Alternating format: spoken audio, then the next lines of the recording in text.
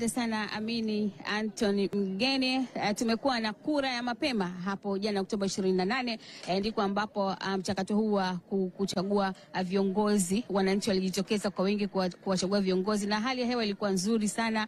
Jana kulikuwa na mvua za hapa na pale, mawingu, hakukuwa na jua kali. Kwa hiyo mazingira yalikuwa rafiki kwa yale makundi maalum ambayo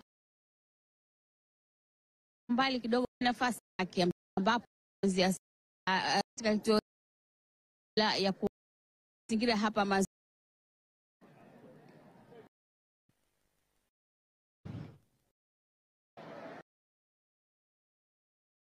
Hii ni Chamwino Ikulu, eneo ambalo mgombea urais wa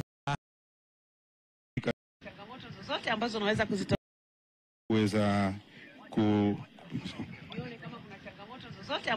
kuzitolea taarifa. Lakini kwa hapa ambapo mimi nimepigia kura, kuna vituo kadhaa hapa. Hiki kituo nilichopigia kura ni kimoja wapo, na naona watu wengi tu wameshapiga kura na wengine nimepishana nao wakati wakitoka hapa. Na sasa hivi mimi nimepiga kura, nilikuwa sehemu ya foleni ya watu wanaopiga kura. Kwa hiyo watu wako wengi sana hapa, na nikiangalia upande wangu wa kulia hapo kuna wengine wako kwenye foleni wanapiga kura. Kwa hiyo nitoe wito kwa Watanzania wenzangu, asubuhi mapema hii tujitokeze, twende tukapige kura, twende tukapige kura kwa viongozi ambao tunaamini katika miaka mitano ijayo watatuletea maendeleo, watatuletea ustawi, watatuletea amani, watatuletea utulivu wa Watanzania kujiletea maendeleo sisi wenyewe. Kwa hiyo nitoe wito wote twende huko. Lakini kwa habari ya kujitokeza watu, mimi kama mgombea wa ubunge jimbo hili la Uyole, ninaamini kwamba Uyole tutaongoza kwa idadi ya watu watakao kuwa wamejitokeza kwenye vituo vya kupigia kura, kwa sababu tumehamasishana sana, tumejihamasisha wenyewe, na kama waandishi wa habari mlivyopata kuona hapa, kwa kweli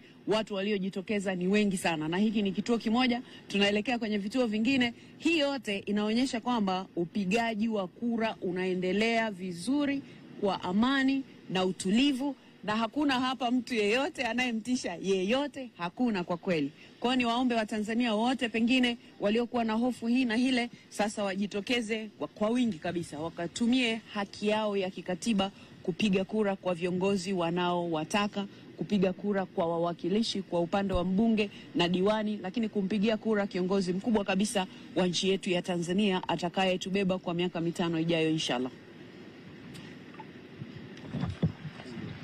Naam. Lakini mheshimiwa, pamoja na yote sasa, kulikuwa kuna hali ambayo umesema kwamba hali ni shwari, lakini kulikuwa na magari yanapita kila mahali, kila kipaki kule mtaani, pengine sio kwamba labda ni sehemu ya hofu ambayo inaongezea Tanzania, na wewe umesema kwamba hali ni shwari. Labda unaweza kutumia nafasi hii kuambia wapiga kura watumie fursa hii kuja kupiga kura bila kuogopa magari. Sawa, sasa labda nitoe ufafanuzi kidogo kwa ajili ya kuondoa hofu wananchi.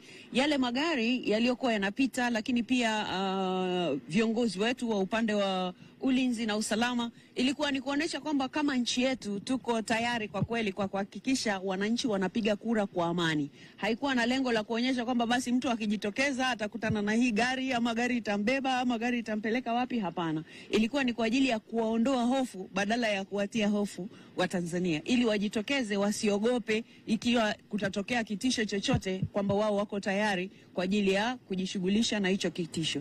Lakini kwa namna hali ilivyo, kama tunavyoona kwa hapa tulipo, hakuna gari inaonekana mahali popote. Maana yake ni kwamba ilikuwa ni kuwaonesha Watanzania kwamba kwa kweli msiwe na wasiwasi. Vyombo vya ulinzi na usalama viko tayari kwa ajili ya kuhakikisha ulinzi wenu, usalama wenu. Lakini sasa unaona leo ni siku ya kupiga kura na kuna utulivu, wala hayo magari hayako yanakozunguka popote. Kwa hivyo ilikuwa ni kumtoa hofu Mtanzania kuliko kumtia hofu. Kwa hiyo ni watoe hofu wa Tanzania ambao pengine waliyaona, sasa wanahisi kwamba sasa labda nikitoka nitakutana nayo hii gari. Hapana, gari itajitokeza tu pale ambapo kutatokea changamoto. Ndio maana sasa hivi hayaonekani huku mtaani, mambo yote yanaenda vizuri kabisa. Asante. Naam, mtazamaji wa TBC, kama mlivyoweza kusikia, huyo alikuwa ni speaker.